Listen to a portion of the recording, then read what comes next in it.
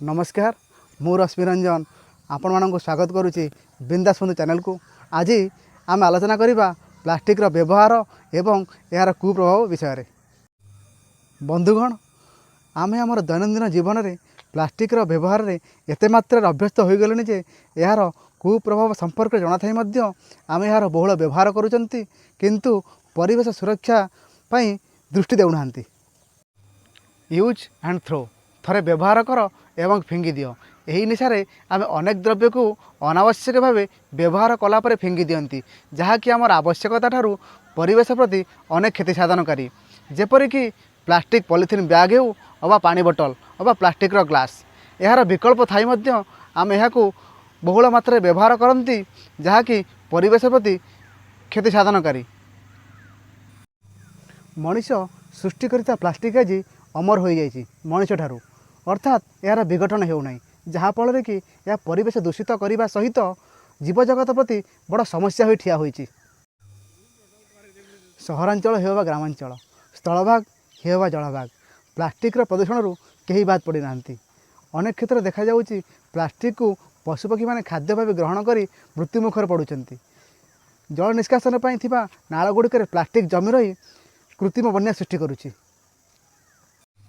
आमे आम दिनचर्या प्लास्टिक व्यवहार को जेते मात्रा कम करिपरिबा आमे परिवेश को सेते सुस्थ रखिपर।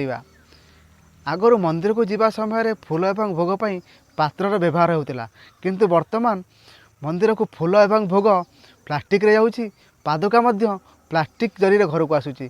यह परिवेश पाई आदौ शुभंकर नुहे।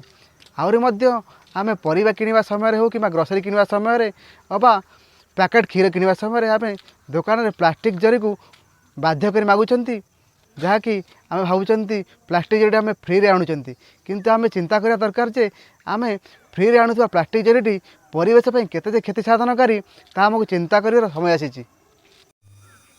जलखिया को मध्य आम प्लास्टिक पॉलिथिन घर को आणुचंती। गरम जलखिया सुस्वादु होई पारे किंतु प्लास्टिक संस्पर्श रे आसीबा द्वारा यह स्वास्थ्य पई बिल्कुल भी भल नुहे।